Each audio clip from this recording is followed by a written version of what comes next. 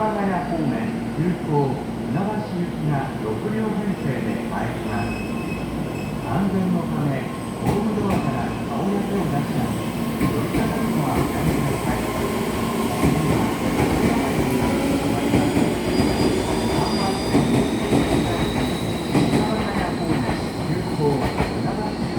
6両編成で参ります。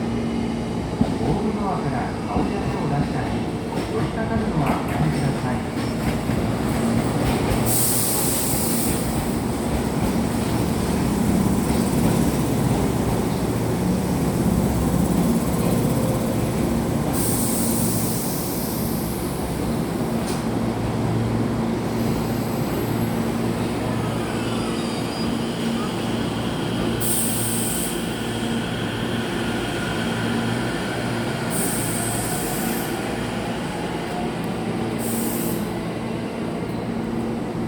ご乗車ありがとうございました。足は終点です。野田市松亀方面 JR 常磐線をご利用のお客様はお乗り換えです。